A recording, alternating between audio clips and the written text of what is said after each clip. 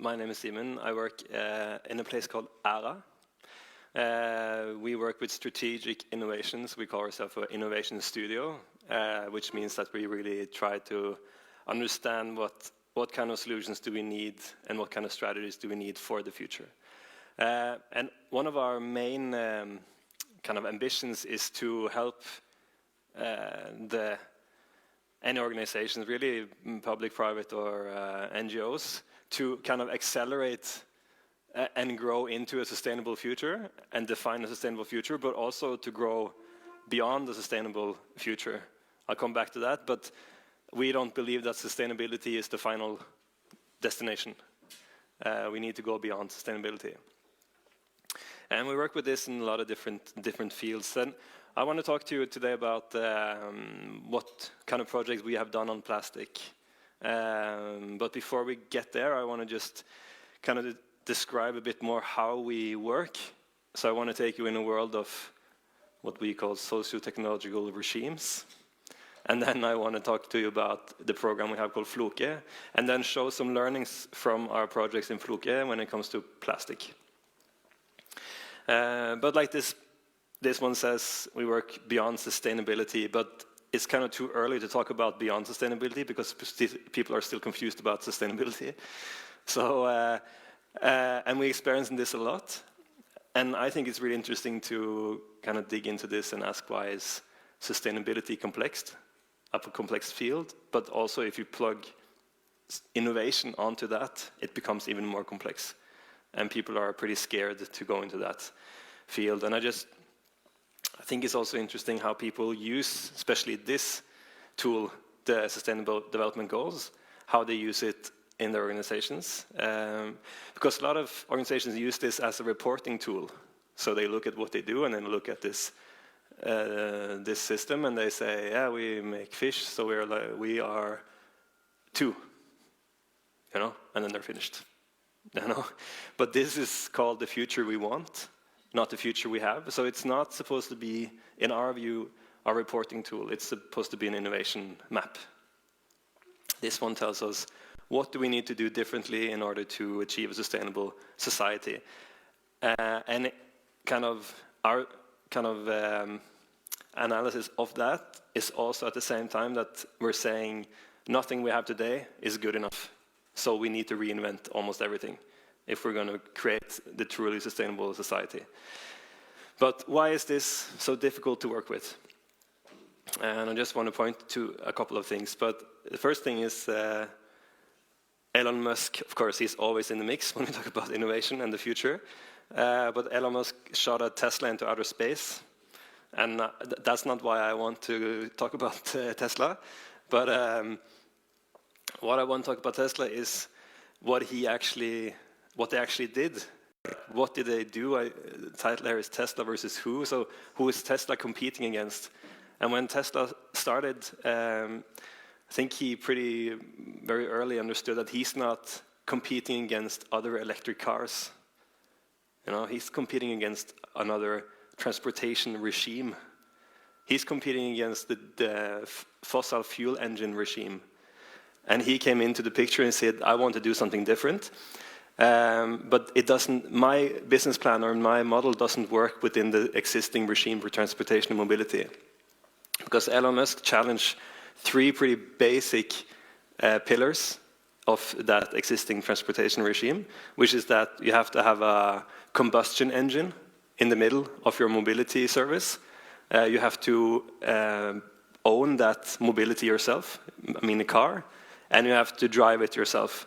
And then Tesla comes in and says, we want you to not have a combustion engine, we don't want you to own it, and we don't want you to drive it yourself. So it's be driving itself, right? So it doesn't fit into the existing regime. So his only chance to survive is to create a competing regime to the old one. And what did he do to do that? He didn't just create Tesla, he also put all his patents on electric mobility out in the open. So he could get a lot of friends on board on the new regime side, right? He wanted more innovation on a new type of transportation regime. And why sustainability is so difficult is because we're trying to place solutions within existing regimes. that are in itself not designed for sustainable solutions. And if you start looking at that around you, you can see it everywhere. It's like we throw a lot of circular solutions, or solutions for a circular economy, into linear models, and they just bounce off. They don't fit. You know, so that regime is not made for truly sustainable solutions, and you can see them everywhere. So we need to outcompete the old regimes sometimes, and that's why I'm also saying we need to reinvent everything. But when people do this kind of without thinking about regimes, they end up in what we call paradoxes, sustainability paradoxes. When you try to solve one solution or solve a problem, but you end up creating another one. In Norway, we have this electric mobility policies where you get a lot of tax reduction and stuff for driving an electric car. But what happened is that suddenly there's a bus in the Tesla lane, right? The bus is now the odd one out. In this lane used to be the bus lane. Now it's filled with electric cars, and the bus is driving, I think it's 30% slower from Asker, which is over here, and then to Oslo.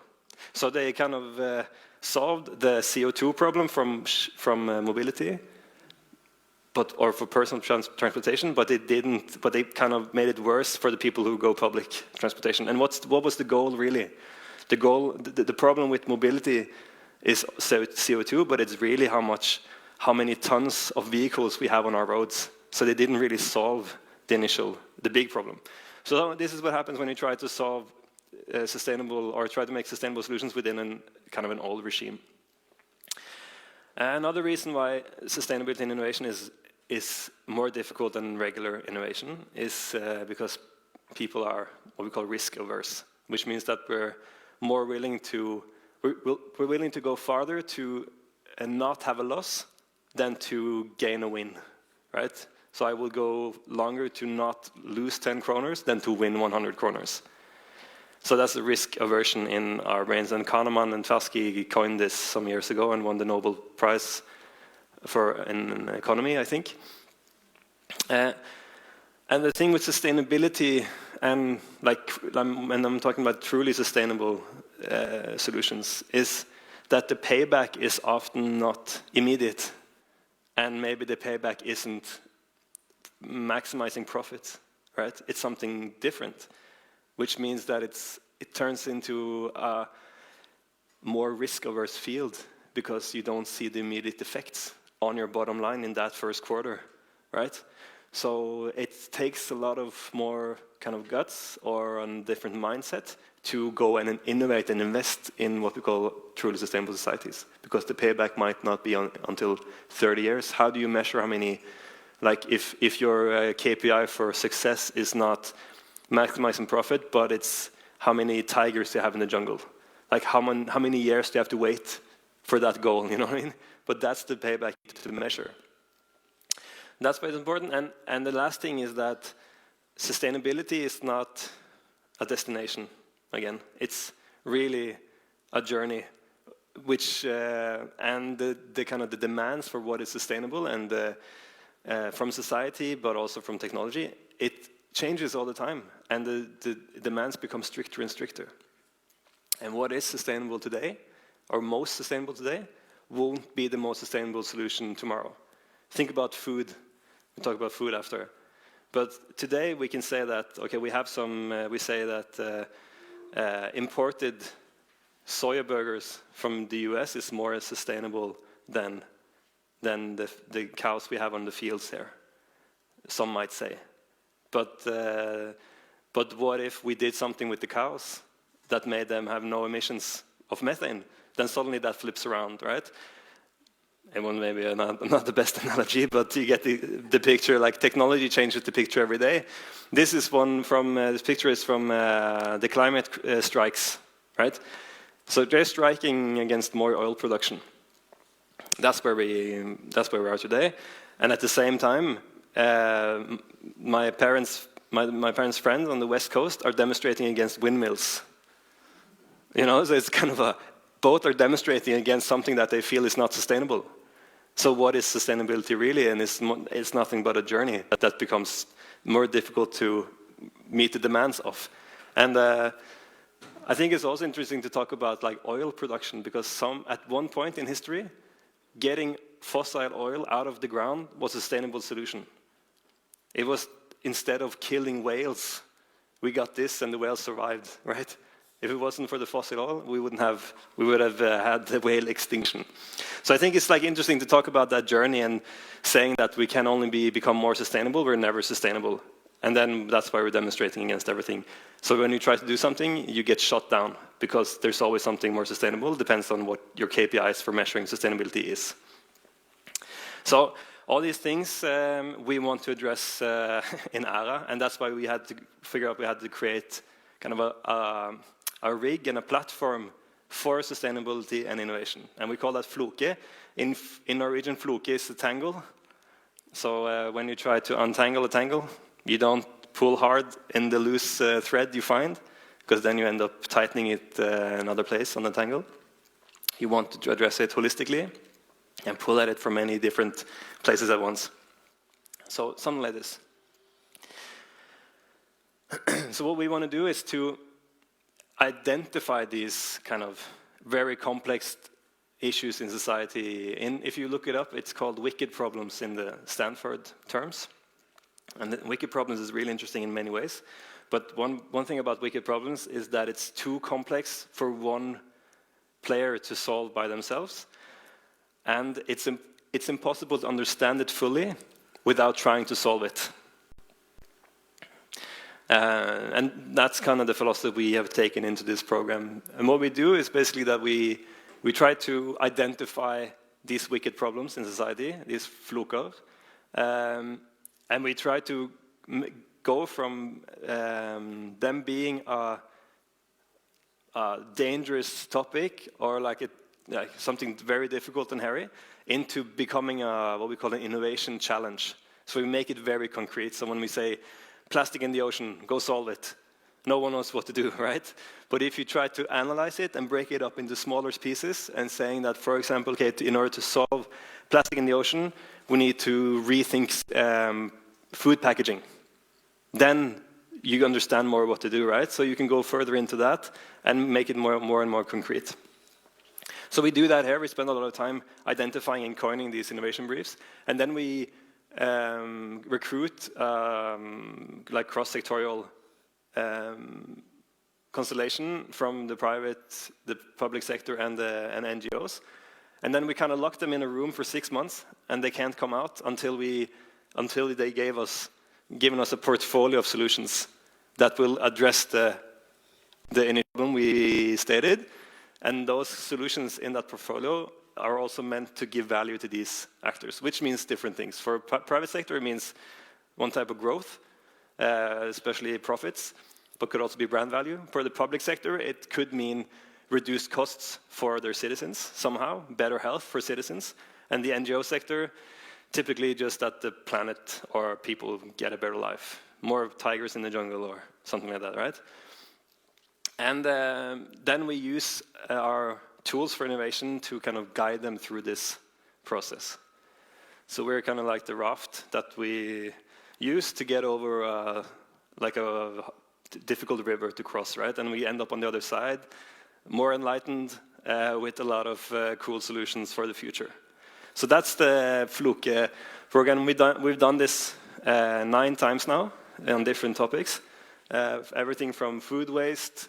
We talk about aging population, circular economy in the building sector. We talked about what seems like a really Norwegian problem, but the outdoor paradox.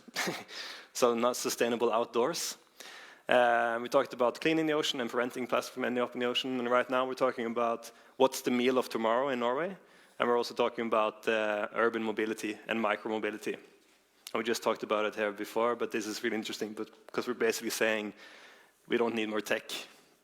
We need to put people in the center and innovate for life quality instead of more technology. It's interesting. So this is what we do, and I just wanted to show you, like we've done some projects on plastic. This one is called engangsbruken. It means single-use plastic. And this one is called circular cleanup, which means cleanup, circular. So, and And I'll just show you what we learned, not to say what the right solution is, but I just want to give you some perspective on what I think we need to think about when we create new solutions within these areas. And this is the group that when we talked about single-use plastic, and we talked about single-use plastic for consumers, and especially around cities and public areas. So we had this group, which have a lot of innovation potential. Like these guys are responsible for a lot of waste production. So we can, it was a really good starting point for creating solutions. We did this in 2018, I think it was, and then 2017 and 2018 we did this circular cleanup, where we talked about how can we make cleaning the oceans more efficient, which is also like sometimes a bit of a, I wouldn't call it a parrot, but like it's kind of difficult to talk about it, because when we talk about the plastic in the ocean, the first thing people say is that you shouldn't go out and clean the ocean. You should just focus on preventing. And we didn't agree. We said, but we have to explore what does it mean to clean up the ocean more efficiently. And this was the group, very good constellation of public and private actors, and really trying to merge the maritime industry with the waste industry. So we have Tom, who is doing the deposit system and the reverse vending machines. We have Quantafuel, which is turning plastic into fuel.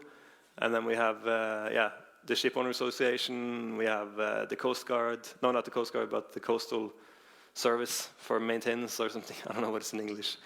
So it was really interesting to and it's interesting to see what happens when you put all these different perspectives together in a room and you tell them to agree on something and innovate. You know, you get a lot of different views, which is it's really exciting to be a part of. But if we like when we talk about plastic in the ocean, just to show you how we go from like the big picture to something concrete. This is the big picture, right? This is the SDG 14, life on the water. This is what the problem is. And if you go into that, we say, what does plastic have to do with healthy oceans? Well, we're seeing that plastic is actually destroying wildlife and reducing biodiversity. So to ensure a future with healthy oceans, it's critical that we today develop new solutions to prevent more plastic from ending up in the ocean, as well as cleaning what is already there. So this is where we went from 14 into something like we took out one piece, and let's start with this, let's work on this. So we already here made it a bit more concrete. SDG 14 is now plastic. And then we can go into the facts here, and we can look at, okay, so what is the problem with plastic in the ocean? And we can see that these are very general facts, so you've probably seen them. But 8 million tons of plastic end up in the ocean every year from land alone. 94% of that plastic reaches or sinks to the bottom pretty soon, which means only 6% float, right? And then we say that, and there's actually 5 countries that is responsible for 60% of the land-sourced pollution. So what does this mean for innovation? And for Floke to come closer to a concrete innovation brief? Well, it means that we have to address each of these separately, we think. Which means that we have to ensure that we close the tap so we don't have 8 million tons ending up in the ocean. We have to do those, if we know that 94% sinks and we're out there cleaning beaches and saying that that's the best solution, we don't catch everything that ends up on the ocean floor, right? So we need to think differently about where we clean and when we clean. And then we have to talk about those countries that are emitting everything, because a lot of those countries or regions can't help themselves, so we have to help them help themselves somehow. So we have to go out of Norway to do something. And then we can create a bunch of different innovation briefs within each of these categories. And then I just want to show you some learnings from all these projects, because the first thing we ask is, like, why is there 8 million tons of plastic ending up in the ocean? And the short answer to that is that we have a cultural addiction that we can't control. We have an enormous waste generation problem.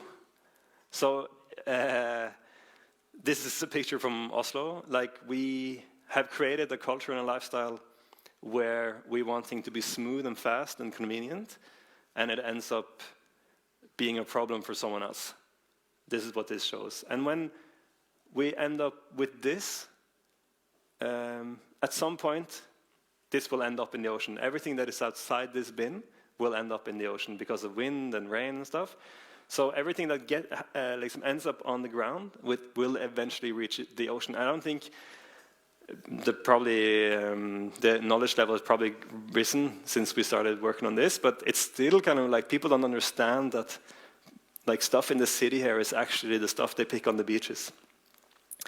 But it's I think this shows that it's a cultural problem. We have an enormous waste generation issue. And when we looked into this, the first thing people said that, yeah, but we need more trash cans.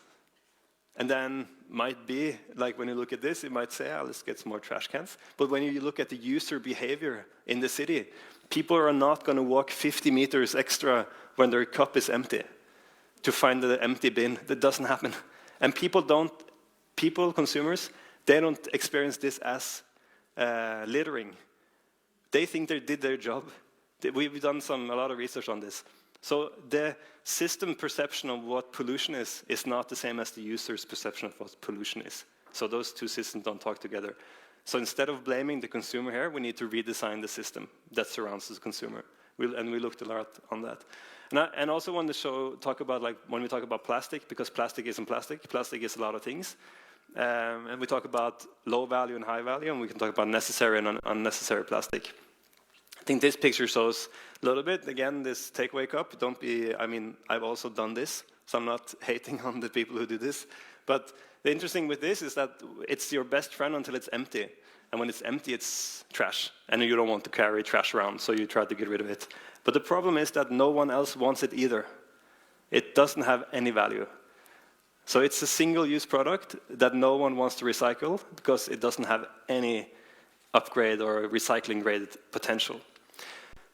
In the contrast, this is supposed to be a straw that cleans the water when you drink it out of the river. And the only reason they could produce these is because plastic is so cheap and moldable and versatile that you can actually mass produce stuff like that very cheap and get a good job done. But it's not like when they're done drinking one sip here that they throw this into the bush here.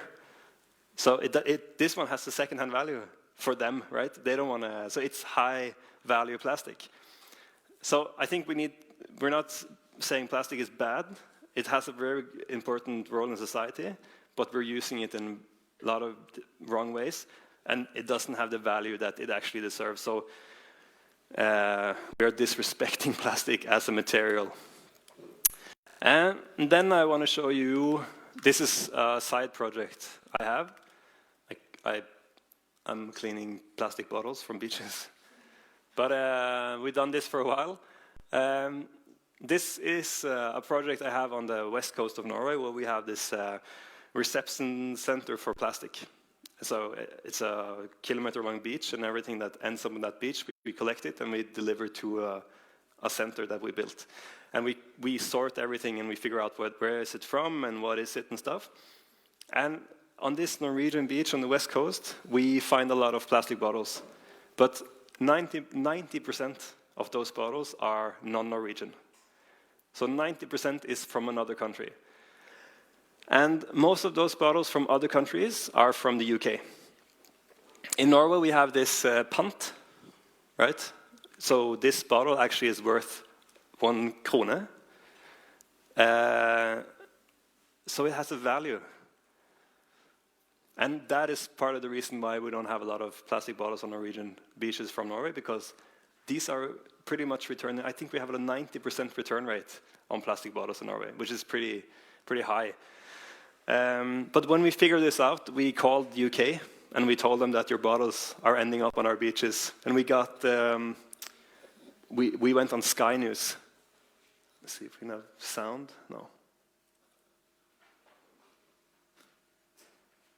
It doesn't really matter. The way the deposit works, surfers have seen the evidence pile up. Most bottles come from abroad. And so we have 2 Norwegian bottles, and we have 1, 2, 3, 4, 5, 6, 7, 8, 9, 10, 11, 12, 13, 14 non-Norwegian bottles. And I can count to 15 and 16 also. But we didn't have any more bottles. So, but I think this is interesting because it points to the fact that we have to create new systems. Like I said, the system for waste in the city is not designed for people in the city or for the consumption in the city. It's designed for something else. And this is something else I want to show you. Yeah, and you know, the UK, we did this with Singleuse, and and Scotland now is going to implement a deposit system for bottles. I think the whole UK is going to do it eventually, but Scotland is first.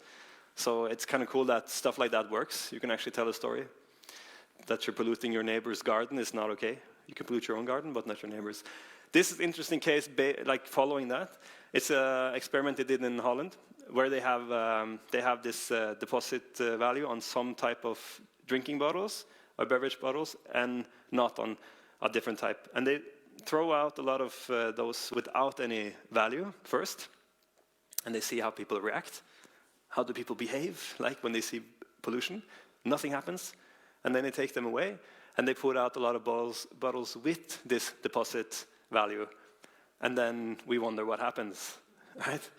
But it's still interesting, because it takes like half an hour, and all this is gone. And if you think about it, what's the difference between that bottle that people pick up and the one I found on the beach that was from the UK? It's the same material, it's the same shape. So the only difference is the system that we place it within. And I'm not saying, you know, that guns don't kill people, people kill people. It's not the same narrative, you know, but I just think it's interesting that we've forgotten how to design the systems around the stuff we use in good ways. But there's no difference between the bottle or the material or the function. The only thing that's different is one is perceived as waste and the other one's perceived as something valuable.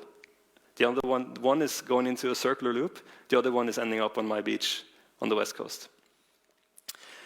And if you look at, this is a map, started quickly, but this shows if you put plastic out from all those white dots around the world, you can see where plastic accumulates in the oceans.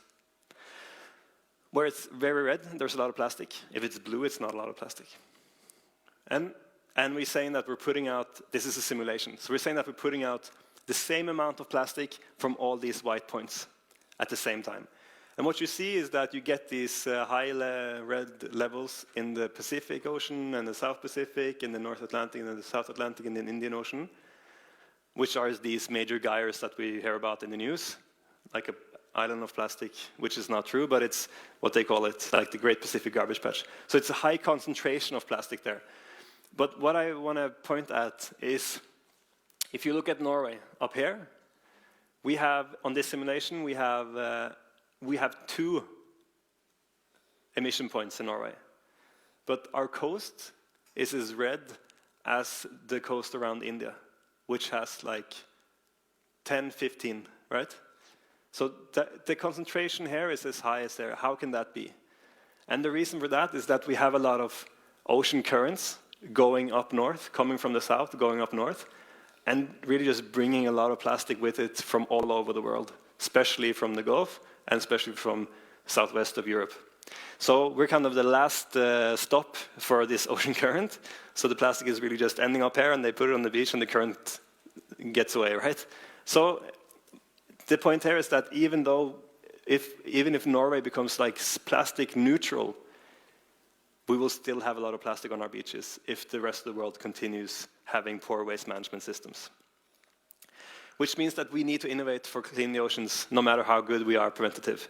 So this is still the most when we talk about innovation, this is still the most efficient tool we have for cleaning the oceans. Still, we have the Ocean Cleanup Project, I think it's called. Yeah, Ocean Cleanup Project, that are designing a lot of cool stuff, but this still beats everything. It's kind of crazy, manual labor still is the best option we have. This is my friend Erik.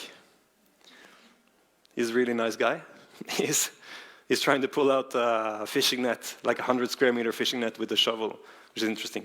But if you think about this, and you think about everything we learned in like what I presented before, how do you design systems that makes all this happen faster and better. And then you can connect value to plastic, and then you can create something like Empower. Right? This, where they actually provide a value to this stuff on the beach, and you give people jobs, you give them an income to actually clean the beaches for plastic, which is interesting. So they're creating a global deposit system for plastic. And what happens then when you actually give plastic value? So this is like a really interesting example, and I also think it's interesting to see that there's actually a market for solutions like this.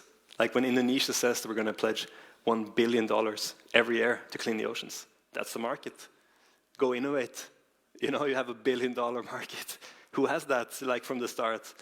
So I think all these things are what we have kind of aspect that we have learned in Floke and in these projects we do. And I think instead of saying what the right solution is, I just want to show you this, that there's a lot of innovation potential, and there's a lot of different ways to think when it comes to plastic. There's a lot of established truths to challenge, to find better solutions than we have today. And then when I talked about the regimes and everything, and then all this and plastic, and we're going to talk about food after. What I think is important to understand is that, I mean, today it feels like this, right? It feels like we're going to end up, we have a direction on the society, we're going to end up with a planet where we go around face palming. There's no planet, there's no animals, there's no nice air, you know, there's corona everywhere.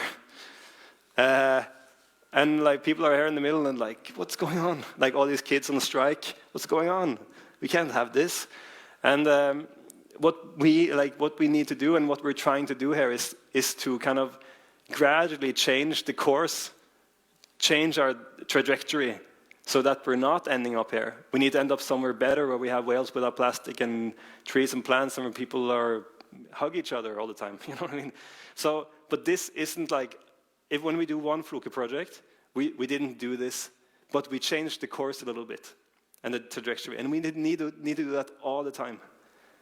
For like forever, probably. But this is a continuous exercise to always challenge today's society and today's systems, so we can always change that vector here a little bit in a different direction. So all this innovation we're going to hear about after is part of changing the direction of the current trajectory, right?